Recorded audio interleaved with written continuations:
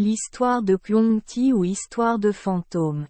Il s'agit d'un type typique de vampire dans la culture populaire chinoise, apparu sous la dynastie Qing. En raison de certaines caractéristiques similaires, les Occidentaux appellent également Kyung-ti, vampire sauteur chinois, vampire sauteur. Kyung-ti traduit signifie cadavre raide. Bien qu'il ait été ressuscité de la tombe, les bras et les jambes de Kyung-ti ne pouvaient pas bouger avec souplesse.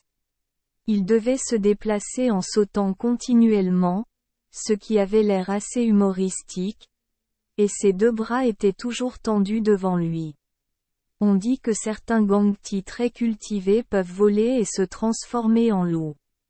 Dans certains films de Hong Kong, ils sont même très bons en arts martiaux. Gangti a souvent la peau pâle ou verte causée par des champignons.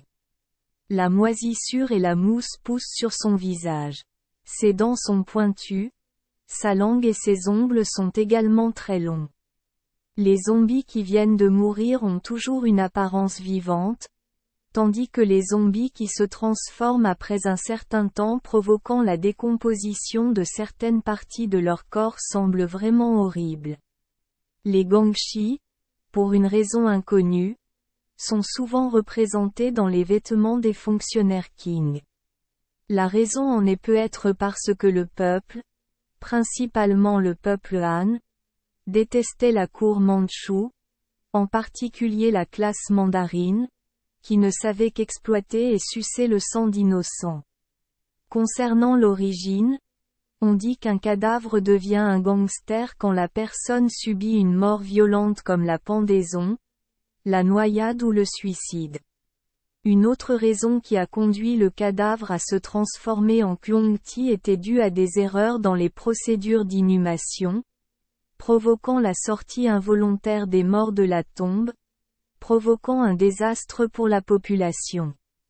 Les gens s'abstiennent également souvent de laisser les chats s'approcher du cercueil d'une personne décédée, car ils croient que si un chat saute par-dessus un cadavre, il peut également créer un vampire.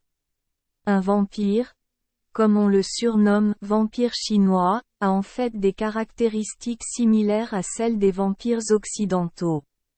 Vampires. Ils ont tous peur du soleil et ne peuvent opérer que la nuit, devant regagner leur cercueil avant l'aube.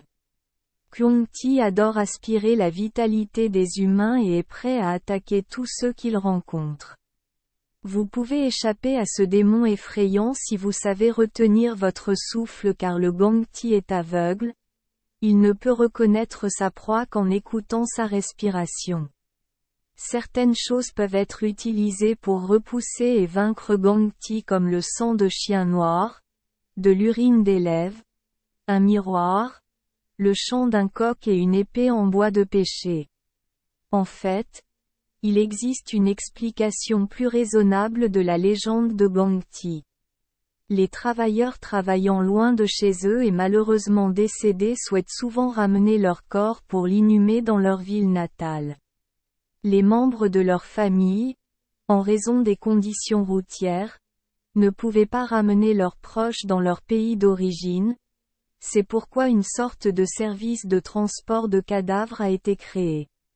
Ces gardes du corps utilisaient 2 grandes barres de bois, les plaçaient en rangées de cadavres, les pendaient comme on accroche des vêtements et les emportaient. C'est ainsi que les gardes du corps transportent manuellement les cadavres. Parce qu'ils ne voulaient pas attirer l'attention, ils y allaient souvent la nuit. Les gens qui regardaient de loin voyaient les bâtons de bois rebondir de haut en bas à cause du poids des cadavres, pensant qu'ils pouvaient danser. C'est pourquoi la légende de Kyung-ti est continuellement racontée. Tissé. Merci les enfants des Esperluette Croisillon 39. Avoir écouté des contes de fées au jour Esperluette Croisillon 39. 8. Espérons que les histoires apporteront aux enfants des moments heureux et significatifs. Si vous aimez notre chaîne, veuillez appuyer sur le bouton S Esperluette Croisillon 39. Abonner, pour ne manquer aucune histoire intéressante. Je vous souhaite une bonne nuit de sommeil et de beaux rêves. Rendez-vous dans la prochaine histoire.